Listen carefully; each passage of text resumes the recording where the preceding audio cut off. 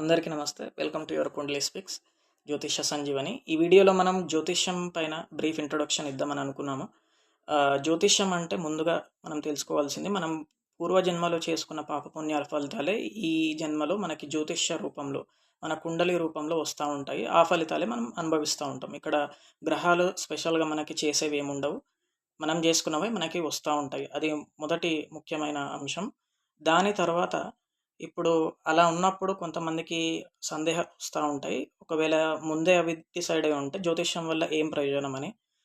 ఇక్కడ ముఖ్యంగా మీరు గుర్తుపెట్టుకోవాల్సింది ఏంటంటే 80% ఆఫ్ ద ఫలితాలన్నీ కూడా మనకి గ్రహాలు ఆలోచన రూపంలో వస్తూ ఉంటాయి. ఆలోచనలు అంటే టెండెన్సీస్ రూపంలో. కాబట్టి ఎలా ఉంటుంది అంటే, ముందు మనకు ఒక పని చేయాలనిపిస్తూ ఉంటుంది, కానీ ఆ పని వల్ల మనకి నష్టం జరుగుతుంది.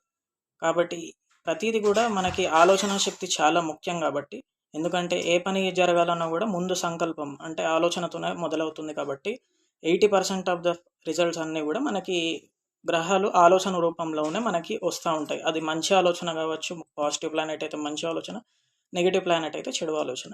కాబట్టి ఇప్పుడు డెస్టినీ అనేది మనం ఆ వ్యక్తి యొక్క స్థాయి శక్తిని బట్టి ఆధారపడి ఉంటుంది. అతనికి మంచి శక్తి ఉండి ఆలోచనలు సరిగ్గా తీసుకోగలిగితే ఈ 80% ఆఫ్ ద డెస్టినీ ఏదైతే ఉందో అది మారే ఛాన్సులు ఉంటాయి. సో జ్యోతిషం వల్ల ఏం ఉపయోగం అంటే, ఇవి ముందే మనకి తెలిసిపోతూ ఉంటాయి. ముందు ఫ్యూచర్ ఎలా ఉంటుంది అనేది ప్రతి సంవత్సరం దశల ఆధారంగా తెలిసిపోతూ ఉంటుంది. కాబట్టి మనం ముందే హెచ్చరించవచ్చు. దాంతోపాటు పరిహారాలు కూడా మనకి జ్యోతిష శాస్త్రం అందించింది, మహర్షులు అందించారు. కాబట్టి ఆ పరిహారాలు కూడా మనం ఉపయోగించుకొని మంచి ఫలితాలు పొందేందుకు అవకాశం ఉంటుంది. కాబట్టి ఇక్కడ మన దాంట్లో కూడా మనం ఇచ్చే పరిహారాలన్నీ కూడా హోమ్ రెమెడీస్, మనం ఇంట్లో ఉండే చేసుకునే పరిహారాలు, ఎక్కువ ఖర్చు లేకుండా.